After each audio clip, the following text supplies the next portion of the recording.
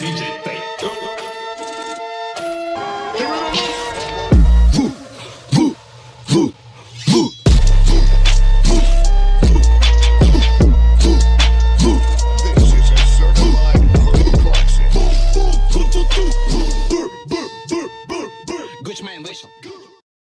Loot. Fat, thick, gamer loot. It gets those serodopa endorphins running. It's some of the biggest franchises ever. The whole point is to collect the shiniest, most rarest, most baller-ass legendary goodies. And people just go nuts over it. I'm one of those people sometimes, and I'm here to talk about it. Right now, here, on planet Earth, through the internet. In video games, loot is all those items picked up by the player character that increase their power or abilities, such as currency, spells, equipment, and weapons. Loot is meant to reward the player for progressing in the game. All that gold, all those orange motherfuckers, all the treasure you find in the game, and to a degree, the XP you learn along the way, is the loot. One of the first games to get it right was Diablo for the floppy disk. It was so influential that most loot-driven games to this day have adopted a similar color coding hierarchy, where white, gray is used for common items, green for uncommon, blue for rare, purple for very rare, and some variation of orange or gold for to denote the highest tier. Loot and character progression famously pair quite nicely in these games, and sometimes they don't. But for many folk, that grind is addictive. This is a little thing I call the RPG effect. Part of this includes the RPG-ification of Games, where the added loot mechanics are unnecessary, like with God of War or Assassin's Creed. This trend goes in tandem with lazy open worlds popularized by Ubisoft. A less obvious symptom of this is that a lot of RPGs require a lot of grinding.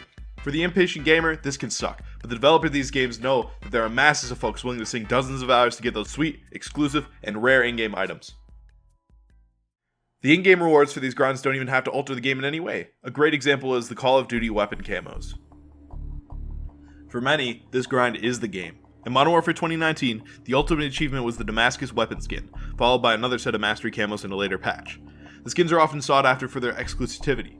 It's very hard to get, it takes hours and hours of playing, and playing well to achieve it. YouTuber FazeJeb has devoted an unfortunate amount of his life trying to unlock the mastery camos in Modern Warfare. From the game's release on October 25th to December 18th of 2019, Jev played essentially all day, every day to unlock this in-game item. For somebody with a full-time job, or without the skills and practice hours of a long-time Call of Duty pro like Jev, this would take a much, much longer time. Got him! Wait, please! Give it to me! Can it be unlocked? Gold unlocked! Platinum unlocked! Platinum!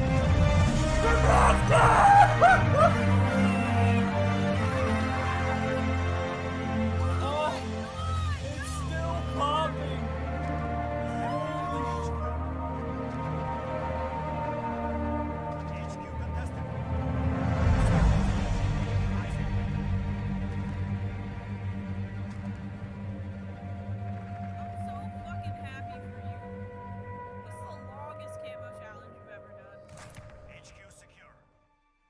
In April of 2020, 4 months after Jev's Damascus unlock, the Modern Warfare devs patched in a new set of camo challenges to be achieved after Damascus called Obsidian. To get Obsidian on just one gun, you have to get at least 15 kills in 125 public matches.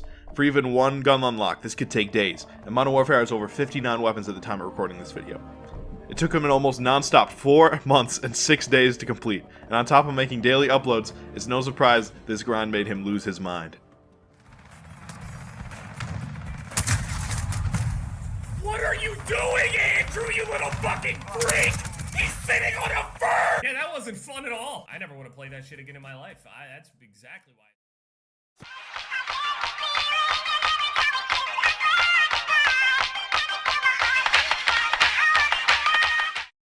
It's the same thing in most MMOs and games with legendary loot drops, but with in-game items. The percent chance to get a lot of these legendary pieces are really, really low, and involve huge raids and serious time commitments to get them. In loot shooters, this can be compounded if the game has scaled enemies, and that's where they trap you in the gameplay loop. Examples of this being handled horribly include Destiny and Destiny 2. In these games, you find legendary items, then while grinding for more gear, you level up, and because of the scaling, when you level up, enemies get tougher and tougher, eventually rendering your sweet loot to be worthless. The game feels the same at level 3 as it does in level 20 moving up in light level, leaving you with a number telling you that you become more powerful, but enemies with the same power level end up making that number mean absolutely nothing. But loot can be magical when done right. When I was playing through Dark Souls for the very first time, I was incredibly frustrated with dying and losing all my souls. I made the long and arduous descent into Blighttown, which goes even deeper than the place in this game called the Depths, and I found myself stuck in a bonfire at the very bottom of Blighttown, surrounded by poisonous swamp. I kept trying to progress and kept running out of poison curing items and kept dying and getting upset about it, and then I had an epiphany. What if I use this to my advantage? In Dark Souls, you get to keep the items you pick up when you die, so I went out on these runs with the sole intent to get items and explore. If I died, and I didn't lose anything. I learned the area really well and how to better avoid and eliminate the swampy fiends. I found some slugs that dropped higher level upgrade materials and I beefed up my guy. I found a really cool secret area behind 2 hidden walls. I turned an area I hated into this game into my territory, and I don't think I would have played all the way through if I hadn't found this new approach and perspective. I realized if I took things slow and learned each area's resources and layout and kept the stakes low, the frustration of this game was removed almost entirely. And I'm glad I did, because Dark Souls has become one of my favorite games ever, and I've beaten it about 50 times. Getting through that barrier of difficulty wouldn't have been possible without the allure of fat loot in that nasty swamp. Sometimes the loot is what makes the game, even if the rest of the game stinks. Escape from Tarkov is a hardcore FPS made by a small team of sadistic assholes in Russia, and I'm really bad at this game. I have over 100 hours in this game, and I still haven't gotten to a level where you unlock the flea market, but I keep crawling back because the RPG mechanics like the loot stash and your hideout are so addicting. I've never felt so satisfied in a game as I have in Tarkov, when I barely scrape by in a gunfight after someone tries to kill me over a beef stew and DVD player I have stuffed in my pockets. There's hardly a better feeling when playing a game as when you find a rare item. In Tarkov, I found a Red Labs keycard, one of the most valuable items in the game. The chance of this even spawning in a map is this number, which is about 1 keycard for every 166 matches you play. An average match is about 50 minutes, and the maps are huge. Finding the keycard and the adrenaline-fueled fear of knowing I had to make it out alive to one day sell it on the flea market was something most games can't do. It was all the more frustrating when my internet went out almost immediately afterwards. I still have the keycard, but I can't sell it because I never completed the raid. So in short, I love Battlestate games, but also fuck Battlestate games, and fuck my internet service provider too. Ain't loot sweet. Terraria is an example of a mostly loot-based game done right. It's an RPG where you don't really level up. Your max health and mana are increased from items found through exploration. The damage you deal is dependent on your weapons, your stats and abilities are entirely based on your accessories, and the pacing of progression in this game is reliant on you gathering who drop better stuff, and unlock more avenues and options to find more loot. It's fresh every time. You unlock the dungeon from beating the skeleton, and you use those dungeon goodies to take on the Wall of Flesh, who gives you an item to progress the world state with new ores, make better gear, and fight new monsters, and fight more bosses. Even aside from me bringing up Terraria in this video for its super rad loot mechanics, this game deserves every ounce of love it gets and more. There's a reason this game has sold 35 million copies, and has never needed to sell DLC or any sort of paid microtransaction. Everybody loved Borderlands 2. That couch co-op action, the bosses and loot, and honestly a pretty good story for a turn-your-brain-off shooter. Now Borderlands 3 comes out, and the villains are really annoying. The playable characters suck, and you have to wait for NPCs' dialogue to finish so they can walk to a door and give more dialogue before they open the door, and the writing is almost always bad. It's not that easy.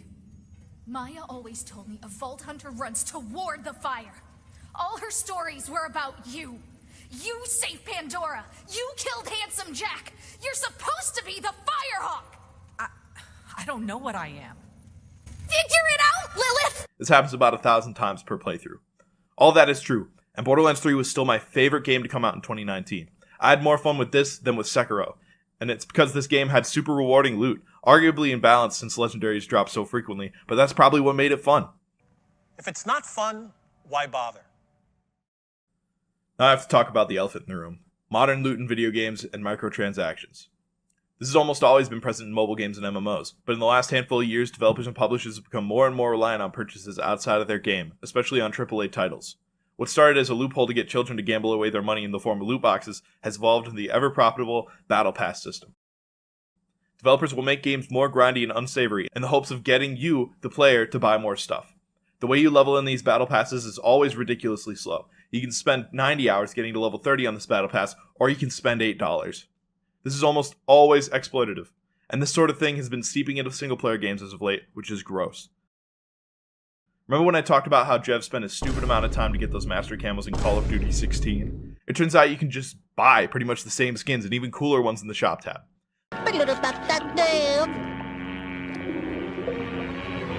It feels like somebody wants to sell me something! I told you he was on to us! Microtransactions have been sucking the soul out of potentially great games for a while now, but as game development cost increases, it's only going to get worse as far as AAA studios are involved. So why did I make this video on loot in video games? Because when done right, this can nearly make or break the fun in a game. Loot can make me give a shit about continuing even if other things about the game suck ass.